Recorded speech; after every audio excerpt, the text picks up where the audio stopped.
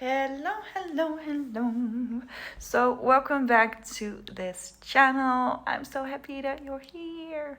It's yeah, it's been so fun actually to do this. It feels like I'm talking to a friend or something like that, but what I'm actually seeing is just myself. But it's so funny how all of you react to it, and how I don't know, I really like it if you react to it and give me some feedback, and really tell me if you would like something to, if you have a suggestion for any meditations or any subjects, topics you want to like talk about, or you want to have my view about.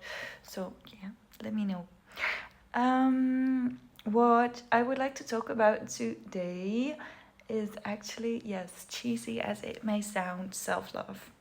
Self-love, there are so many layers in self-love. You have self-worth, making decisions for yourself, standing up for yourself. There's self-esteem, nurturing of yourself. There are so many aspects of self-love, and today I really want to talk to you about making decisions for yourself compared to people pleasing others. And this is a bit of a cheesy subject, because you hear it everywhere.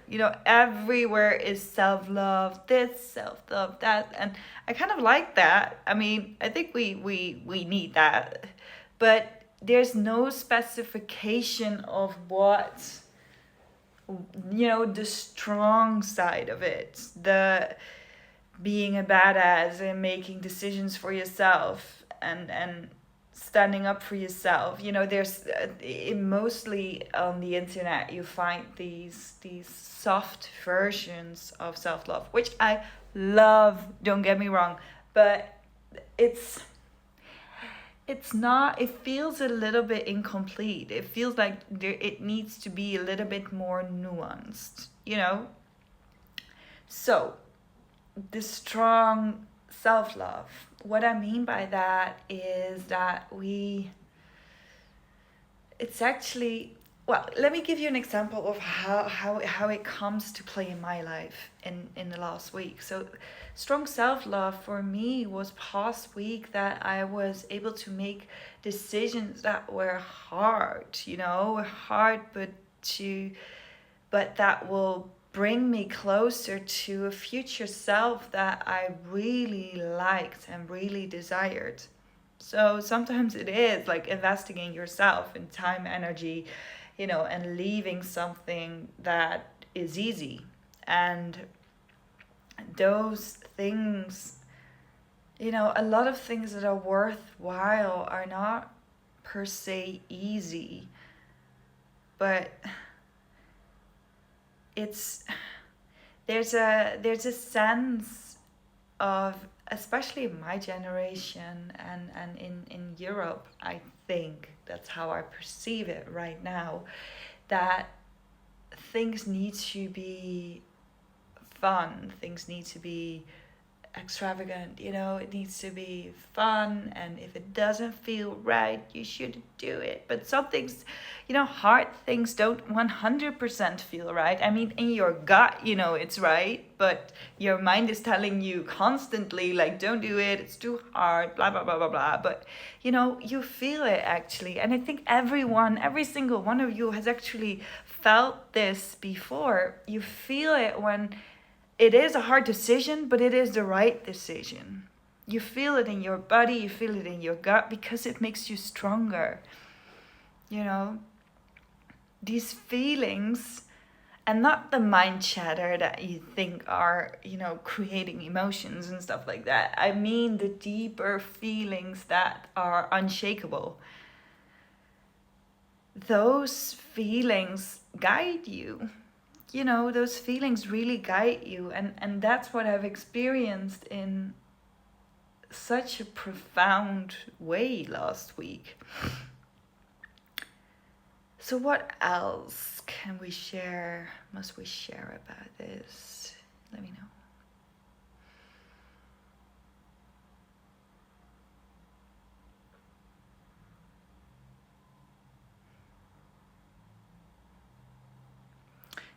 if you are ready to do the right thing and be resilient in doing the right thing, God gives you the proper gifts. There are huge.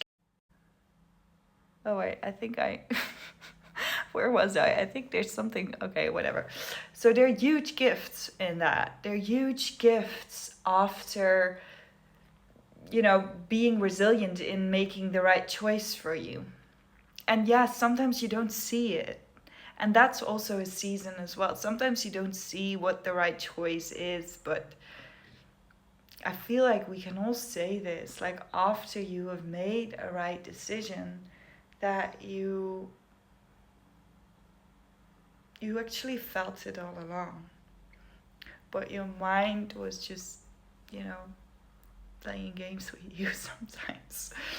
And it's there to protect you, so there's nothing wrong with that. But I feel like sometimes we can ground a little bit more inside our bodies to really feel what is the right thing instead of what is the fun thing. Because sometimes you can get lost a little bit in the fun, especially if you live in a city like Amsterdam where I live. There's something fun to do every day if you walk in the city. But sometimes that's distraction. Not always, sometimes it's a gift as well that you meet someone or you go to a certain event or something like that, and that's that's God's plan. But often it's also a form of distraction. There's a lot of partying, there's a lot of fun people, and I feel like a lot of people do that these days, and it's not a bad thing, because I feel like there's a season for everything and there's a season for everyone. But what I personally came to realize is that sometimes there's just hard work and hard decisions to make to create it's not even create, it's to follow God's guidance, to follow the guidance that you are to a journey that you're meant to go on. And it's funny because in the other way, I think you can't really do it wrong. God will always push you in the right direction. It's just, when are you gonna listen? And me myself, I'm not a hero, I'm not really good at that always myself. It's just, I want to, and I think therefore I always kind of find a way to listen to that, to that whisper inside of me. Because the ego speaks so loud sometimes, so loud. The ego is so loud, but the intuition is a whisper. But with your intuition, you can manage so much more than with your mind. Because your intuition knows the step ahead, Your intuition is guided by God. Yeah. I think that's it for today. I hope you enjoyed this, first of all, and I hope you have a wonderful, wonderful, wonderful day or night whenever you're watching this. Oh, and let me know what you guys really want to talk about, what you want a meditation on, what you want a little healing on, whatever you guys need. I'm here.